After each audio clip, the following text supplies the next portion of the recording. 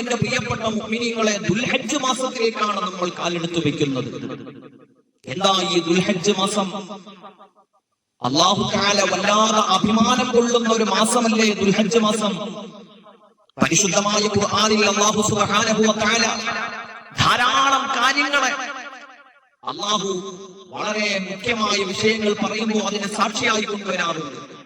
സൂര്യനെ കൊണ്ട് സത്യം ചെയ്തിട്ടുണ്ട്, ചന്ദ്രനെ കൊണ്ട്, ഭൂമിയെ കൊണ്ട്, പർവ്വതങ്ങളെ കൊണ്ട്, സമയങ്ങളെ കൊണ്ട്, നേരങ്ങളെ കൊണ്ട് അല്ലാഹു തആല നിരവധി സ്ഥലങ്ങളിൽ പല മുഖ്യമായ കാര്യങ്ങളും പറയാൻ അല്ലാഹു സാക്ഷിയായി കൊണ്ടുവന്നിട്ടുണ്ട്. അക്കൂട്ടത്തിൽ പരിശുദ്ധമായ ഖുർആനിൽ അല്ലാഹു പറഞ്ഞിട്ടുണ്ട്, വൽ ഫജ്രി വലയാലിൻ അശ്ർ, പ്രഭാതം തന്നെയാണ് സത്യം, 10 ദിനരാത്രങ്ങളെ തന്നെയാണ് സത്യം. മഹാന്മാരായ മുഫസ്സിരീങ്ങൾ പറഞ്ഞല്ലോ, അവിടെ പ്രഭാതം എന്ന് പറഞ്ഞത് ദുൽഹജ്ജ് മാസത്തിന്റെ ആദ്യത്തെ പ്രഭാതമാണത്രേ. പിന്നീട് അല്ലാഹു തആല ഉണർത്തിയ 10 ദിനരാത്രങ്ങൾ എന്ന് പറഞ്ഞത് ദുൽഹജ്ജ് 1-ാമത്തെ ദിവസം മുതൽ 10-ാമത്തെ ദിവസം വരെയുള്ള സമയങ്ങളാണ്, നേരങ്ങളാണ്.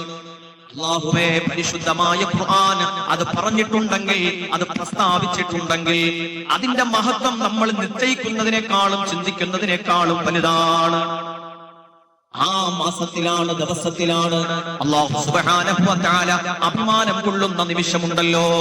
ലോകത്തിന്റെ നാനാഭാഗങ്ങളിൽ നിന്ന് അല്ലാഹുവേ, ഭാഷകൾ വ്യത്യാസമായവർ, നിറങ്ങൾ വ്യത്യാസമായവർ, പല സ്വഭാവങ്ങളിലുള്ളവർ, പല നാടുകളിൽ നിന്ന്, പല ദിക്കുകളിൽ നിന്ന് പരിശുദ്ധമായ കഅബാലയത്തിലേക്ക് പുണ്യമായ ഹജ്ജിന് വേണ്ടി യാത്ര തിരിക്കുന്ന ലക്ഷോപലക്ഷക്കണക്കിന് ഹാജിമാർ പുണ്യമായ അറഫ മൈതാനിയിൽ സംഗമിക്കുന്ന നേരമുണ്ടല്ലോ.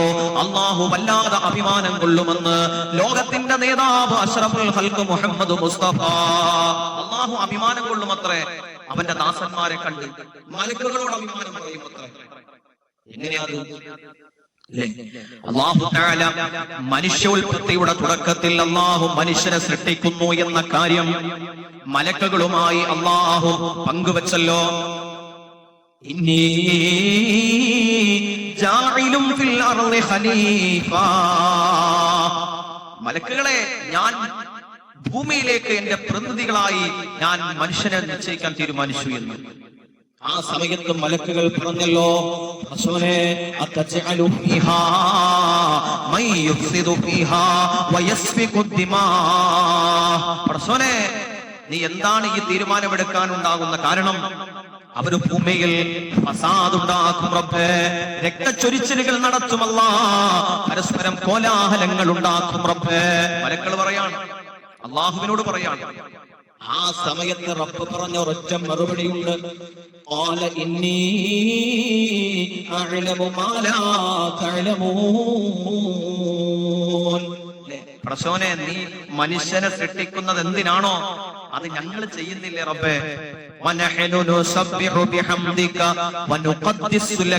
നിനക്ക് തസ്ബീഹ് ചൊല്ലാൻ, നിന്നെ പുകഴ്ത്താൻ, നിനക്ക് ഇബാദത്ത് ചെയ്യാൻ എല്ലാത്തിനും സജ്ജരായ മലക്കുകളുണ്ടല്ലോ. എന്നിട്ടും ഭൂമിയിൽ രക്തച്ചൊരിച്ചിലുകളും കലാപങ്ങളും കോലാഹലങ്ങളും സൃഷ്ടിക്കുന്ന ഈ മനുഷ്യനെ എന്തിനു പടയ്ക്കുന്നു എന്ന് ചോദിച്ചു മലക്കുകൾ. ആ സമയത്ത് അവർക്ക് അല്ലാഹു കൊടുത്ത മറുപടി, അല്ലാഹു പറഞ്ഞ മറുപടി, ഇന്നി അഅലമു മാ ലാ തഅലമൂൻ. നിങ്ങൾക്കറിയാത്തത്, നിങ്ങൾക്ക് മനസ്സിലാകാത്തത് അല്ലാഹു അറിയുന്നുണ്ട്. അല്ലാഹുവാണ് എല്ലാം അറിയുന്നവൻ. പടച്ചവനാ പറഞ്ഞ മറുപടി എവിടെയാ തിരുത്തുന്നതെന്നറിയോ? എവിടെയാണ് അല്ലാഹു തെളിയിക്കുന്നതെന്നറിയോ?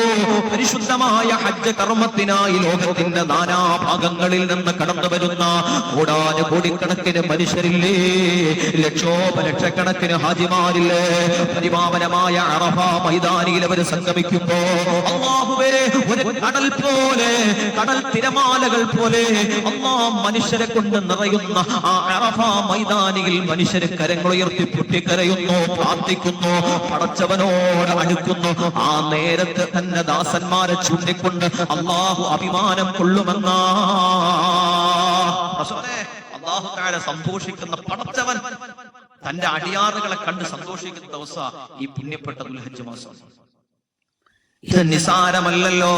കണ്ടില്ലേ, മഹാനായ ശൈഖ് മുഹിയുദ്ദീൻ അബ്ദുൽ ഖാദിർ ജീലാനി റളിയല്ലാഹു അൻഹു ലോകം കണ്ട മുഴുവൻ ഔലിയാക്കളുടെയും നേതൃത്വം വഹിക്കുന്ന അള്ളാന്റെ ഔലിയാക്കളുടെ സയ്യിദ് മഹാനായ ഗൗസുൽ ആലം അബ്ദുൽ ഖാദിർ ജീലാനി റളിയല്ലാഹു അൻഹു പറയാണ്, ദുൽഹജ്ജ് മാസത്തിന്റെ ആദ്യത്തെ 10 ദിവസങ്ങൾ ഒരാൾ ബഹുമാനിച്ചാൽ, ആദരവ് കൊടുത്താൽ, അള്ളാഹു പകരം അവനിക്ക് 10 ബഹുമതികൾ നൽകും എന്ന് സയ്യിദുനാ അബ്ദുൽ ഖാദിർ ജീലാനി റളിയല്ലാഹു അൻഹു പറയാണ്. എല്ലാം പറയാൻ നമുക്ക് നേരെയില്ല, ഞാൻ അതിന് ആദ്യത്തെ കുറച്ച് മഹത്വങ്ങൾ പറയാം. ഒരാൾ ദുൽഹജ്ജ് മാസത്തിന്റെ ആദ്യത്തെ 10 ദിവസങ്ങൾ ബഹുമാനിച്ചാൽ അവന്റെ ആയുസ്സിൽ അല്ലാഹു ബറക്കത്ത് നൽകുമത്രേ, അവന്റെ സമ്പത്തിൽ അഭിവൃദ്ധി നൽകുമത്രേ, അവന്റെ കുടുംബത്തിന് കാവൽ ലഭിക്കുമത്രേ, അവന്റെ പാപങ്ങൾ പൊറുക്കുമത്രേ, അവന്റെ നന്മകൾക്ക് ഇരട്ടിയായി പ്രതിഫലം കൊടുക്കുന്നതാണ്. അതുപോലെ അവന്റെ മരണനേരത്ത് ആ മരണവുമായി ബന്ധപ്പെട്ടുണ്ടാകുന്ന വിഷമങ്ങൾ അല്ലാഹു മാറ്റിക്കൊടുക്കും. ഇങ്ങനെ തുടങ്ങുന്ന 10ഓളം ബഹുമാനങ്ങള്, ആദരവുകൾ അല്ലാഹു തആല അവന് പ്രതിഫലമായി നൽകുമെന്ന് ഹദീസുകളിലൂടെ മഹാനായ അബ്ദുൽ ഖാദിർ ജീലാനി റളിയല്ലാഹു അൻഹു നമുക്ക് ബോധ്യപ്പെടുത്തി തരുന്നു. മഹാനായ ഇബ്രാഹിം നബി അലൈഹിസ്സലാത്തു വസ്സലാം അവിടുന്ന് അല്ലാഹു കൊടുത്ത കുടുംബമുണ്ടല്ലോ, ആ കുടുംബത്തെ അല്ലാഹുവിന്റെ മാർഗത്തിന് സമർപ്പിക്കണമെന്ന് പറഞ്ഞപ്പോ ഉപാധികൾ വെച്ചില്ല. അവിടുന്ന് മനസ്സിന്റെ ഉള്ളറകളിൽ ആശങ്ക വന്നില്ല. ആ നേരം തന്നെ തന്റെ പ്രിയപ്പെട്ട ഭാര്യയും കുഞ്ഞുമായിട്ട് മഹാനായ ഇബ്രാഹിം നബി അലൈഹിസ്സലാം അല്ലാഹു നിശ്ചയിച്ച സ്ഥലത്തേക്ക് കടന്നു പോയില്ലേ, ആ സ്ഥലത്ത് കൊണ്ടുവന്നിട്ട് തന്റെ ഭാര്യയും കുഞ്ഞിനെയും അവിടെ താമസിപ്പിച്ചിട്ട് മഹാനായ ഇബ്രാഹിം നബി അലൈഹിസ്സലാം മടങ്ങുന്ന നേരമായപ്പോ പ്രിയപ്പെട്ട ഭാര്യ ചോദിച്ചു, ഇത് അല്ലാഹുവിന്റെ തീരുമാനമാണോ? ഒറ്റ ചോദ്യം, ഇപ്പോ എന്നെയും ഈ കുഞ്ഞിനെയും ഇവിടെ നിങ്ങൾ താമസിപ്പിച്ചിട്ട് പോകുന്നത് അല്ലാഹുവിന്റെ തീരുമാനമാണോ എന്ന്. എത്ര മനോഹരമാണ് ആ കുടുംബജീവിതം, നിങ്ങൾ ചിന്തിച്ചു. എന്തെല്ലാം പരീക്ഷണങ്ങളും വേദനകളും പ്രതിസന്ധികളും അനുഭവിച്ച് കടന്നു വന്നവരാണവർ. അവിടെയും ചോദിക്കുന്നത്, ഞങ്ങൾ ഇവിടെ തനിച്ചാക്കിയിട്ട് പോകുന്നത് അല്ലാഹുവിന്റെ തീരുമാനമാണോ? അതെ എന്ന് ഭർത്താവിന്റെ മറുപടി. ഭാര്യ പറയാണ്, എങ്കിൽ നിങ്ങൾ പോയിക്കോ, ഞങ്ങളെ അല്ലാഹു കൈവിടില്ല. ആ തീരുമാനത്തിന്റെ പിന്നിലാണ് കഅബാലയം ഉയർന്നു വന്നത്. ആ തീരുമാനത്തിന്റെ പിന്നിലാണ് സഫയും മർവയും ഉയർന്നു വന്നത്. ആ തീരുമാനത്തിന്റെ പിന്നിലാണ് സംസം ഉറവ പൊട്ടിയത്. പടച്ചവനെ, ആ പ്രിയപ്പെട്ട ഭാര്യയുടെ ഉരുക്കു പോലത്തെ മറുപടി ഉണ്ടല്ലോ, നിശ്ചയദാർഢ്യമുള്ള ഭർത്താവിന്റെ മനസ്സുണ്ടല്ലോ, തന്റെ പ്രിയപ്പെട്ട ഉമ്മാക്കും ബാപ്പാക്കും വഴിപ്പെട്ട മഹാനായ ഇസ്മായിൽ നബി അലൈഹിസ്സലാം ഉണ്ടല്ലോ, അവരുടെ ജീവിതത്തിന്റെ ത്യാഗങ്ങളാ പരിശുദ്ധമായ ഹജ്ജ് കർമ്മത്തിൽ നമ്മൾ കാണുന്നത്. കഅബാലയം ചുറ്റുന്നതാകട്ടെ, സഫാ മറുവകൾക്കിടയിൽ നടക്കുന്നതാകട്ടെ, സംസം വെള്ളം കുടിക്കുന്ന ഹാജിയാവട്ടെ, അല്ലാഹുവേ ഏത് ഭാഗമെടുത്തു നോക്കിയാലും മഹാനായ ഇബ്രാഹിം നബി അലൈഹിസ്സലാത്തു വസ്സലാമിന്റെ സ്മരണകളല്ലേ. അതാണ് ഖുർആൻ പറഞ്ഞത്, ഫത്തബിഉ മില്ലത ഇബ്രാഹിം, നിങ്ങൾ ഇബ്രാഹിം നബി അലൈഹിസ്സലാത്തു വസ്സലാമിന്റെ മാർഗം പിന്തുടരൂ എന്ന് പറഞ്ഞാൽ അല്ലാഹുവിനെ പൂർണ്ണമായും വഴിപ്പെടാനുള്ള മനസ്സ്. അല്ലാഹു എന്തെങ്കിലും കൽപ്പിച്ചു എന്ന് പറഞ്ഞാൽ അത് അള്ളാന്റെ തീരുമാനമാണെന്ന് പറഞ്ഞാൽ ഇന്നത്തെ കാലമല്ലേ, ഇന്നത്തെ സാഹചര്യമില്ല, ഇന്നിങ്ങനല്ലേ എന്ന് പറഞ്ഞ ഉപാധികൾ പറഞ്ഞ് അതിനെ മുട്ടിക്കാൻ, വഴിപ്പെടുത്താനുള്ള, അതിനെ നശിപ്പിക്കാനുള്ള ത്വരയുണ്ടാക്കരുത്. നിങ്ങൾ ഇബ്രാഹിമിനെ പോലെ അനുസരണമുള്ളവരാകണം. ത്യാഗങ്ങൾ വേണം. അള്ളാന്റെ കോടതിയിൽ സന്തോഷിക്കാനും പടച്ചവന്റെ മുന്നിൽ അഭിമാനം കൊള്ളാനും സ്വർഗത്തിലെത്താനും ത്യാഗങ്ങൾ വേണം. പരീക്ഷണങ്ങൾ സഹിക്കണം. ഈമാൻ ഉറച്ച ഹൃദയമുണ്ടാകണം എന്ന് പഠിപ്പിക്കുകയാണ് അവിടെ. പെരുന്നാളിന് എന്ത് വാങ്ങണം, എന്ത് ധരിക്കണം, പുതിയ വസ്ത്രം വാങ്ങിയോ, എത്ര കിലോ ഇറച്ചി വാങ്ങണം, എന്ത് വെക്കണം, എന്ത് കഴിക്കണം, എവിടെ പോകണം, ഇതൊക്കെയാണ് നമ്മൾ ചർച്ച ചെയ്യുന്നത്. അല്ല മുസ്ലിമേ, അതല്ല പെരുന്നാൾ.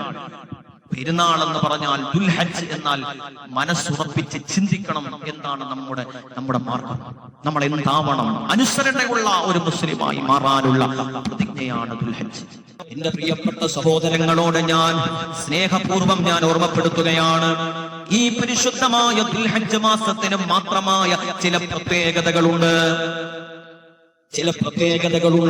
പരിശുദ്ധമായ റമളാൻ അത് നോമ്പിന്റെ മാസമാണെങ്കിൽ പരിശുദ്ധ റമദാൻ നോമ്പിന്റെ മാസമാണെങ്കിൽ ദുൽഹജ്ജ് എന്ന് പറയുന്നത് അതിന്റെ ആദ്യത്തെ 10 ദിവസങ്ങളിൽ അല്ലാഹുവേ പരിശുദ്ധമായ ഇസ്ലാമിന്റെ പാവന സുന്ദരമായ ഹജ്ജ് കർമ്മം നടക്കുന്ന സമയമല്ലേ? ലോകത്ത് ബഹുഭൂരിഭാഗം വരുന്ന വിശ്വാസികളിൽ വലിയൊരു വിഭാഗം ആളുകൾ ഹജ്ജ് ചെയ്യുന്ന മാസമല്ലേ? പരിശുദ്ധമായ കഅബാലയം പൊതിഞ്ഞുകൊണ്ട് മനുഷ്യർ ഒരുമിച്ച് കൂടുന്ന നേരമാ. തക്ബീറുകളും തഹ്ലീലുകളും തസ്ബീഹുകളും ഇസ്തിഗ്ഫാറുകളും നിറഞ്ഞു നിൽക്കുന്ന നേരമല്ലേ? അത് മാത്രമാണോ? അത് കഴിഞ്ഞാൽ മറ്റൊരു വലിയ വിഭാഗം ആളുകൾ പരിശുദ്ധമായ ദുൽഹജ്ജ് മാസത്തില് അള്ളാഹുവിന് വേണ്ടി സമർപ്പിക്കാൻ ബലിമൃഗങ്ങളുമായി അള്ളാഹുവിനോട് അടുക്കുന്ന നേരമാണ്. ബലിമൃഗങ്ങൾ തയ്യാറാക്കുന്നു, ഉൽഹിയയ്ക്ക് വേണ്ടി തയ്യാറാവുന്നു. ഒരു വിഭാഗം ആളുകൾ ദാനധർമ്മവും സംഗമിക്കുന്ന മാസമാണ്. പോരാ, നോമ്പും ഉള്ള മാസമാണ് പരിശുദ്ധമായ ദുൽഹജ്ജ് മാസം. ഹബീബായ നബി സല്ലല്ലാഹു അലൈഹി വസല്ലമ തങ്ങൾ ദുൽഹജ്ജ് 1 മുതൽ 9 വരെ നോമ്പ് അനുഷ്ഠിച്ചിരുന്നു എന്ന് ഹദീസിൽ കാണാം. ദുൽഹജ്ജ് മാസത്തിന്റെ ആദ്യത്തെ 9 ദിനരാത്രങ്ങളിൽ നോമ്പ് അനുഷ്ഠിച്ചാൽ കിട്ടുന്ന അനേകം കൂലികളെ കുറിച്ച്, മഹത്വങ്ങളെ കുറിച്ച് ഹദീസിൽ വരുന്നുണ്ട്.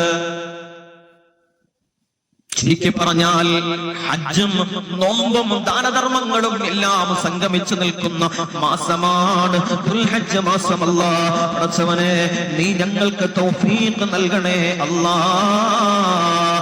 അഹബ്ബു ഇലല്ലാഹി മിൻ ഹാദിഹിൽ അയ്യാം. മറ്റേത് മാസങ്ങളിലും സമയങ്ങളിലും നിങ്ങൾ ചെയ്യുന്ന നന്മകളെക്കാൾ അല്ലാഹു ഏറ്റവും കൂടുതൽ ഇഷ്ടപ്പെടുന്നത് അഹബ്ബു ഇലല്ലാഹി മിൻ ഹാദിഹിൽ അയ്യാം.